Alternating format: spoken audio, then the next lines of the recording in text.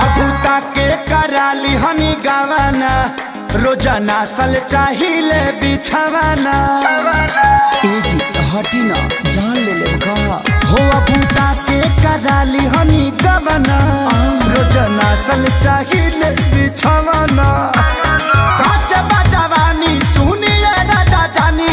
काच बजावानी सुनिए राजा जानी हमसे कुछ दिन दूर औरी रही ना मानव का नान्हे बा हमरो उमर कमर लोटे साहिना नान्हे बा हमरो उमर कमर लोटे साहिना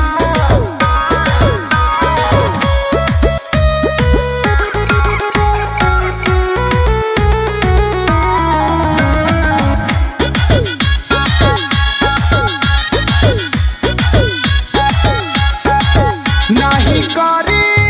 परेशान अब ही बानी हम नादान से जिपा चढ़ी जानी फान लागे ललबलई कोई हम जान दूधा के दांत तुड़िए के दम लेव का नाही करी परेशान अब ही बानी हम नादान से जिपा चढ़ी जानी फान लागे ललबलई कोई हम जान बड़ा लगी छोट नदी में थाही ना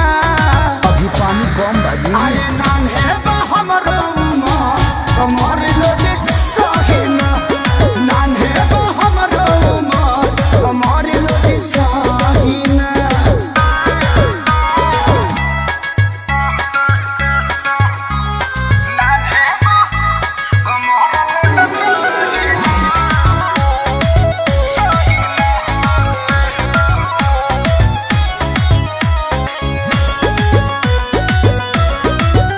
बानी दुबार कम जोर ऐसे गुड़ में फसाई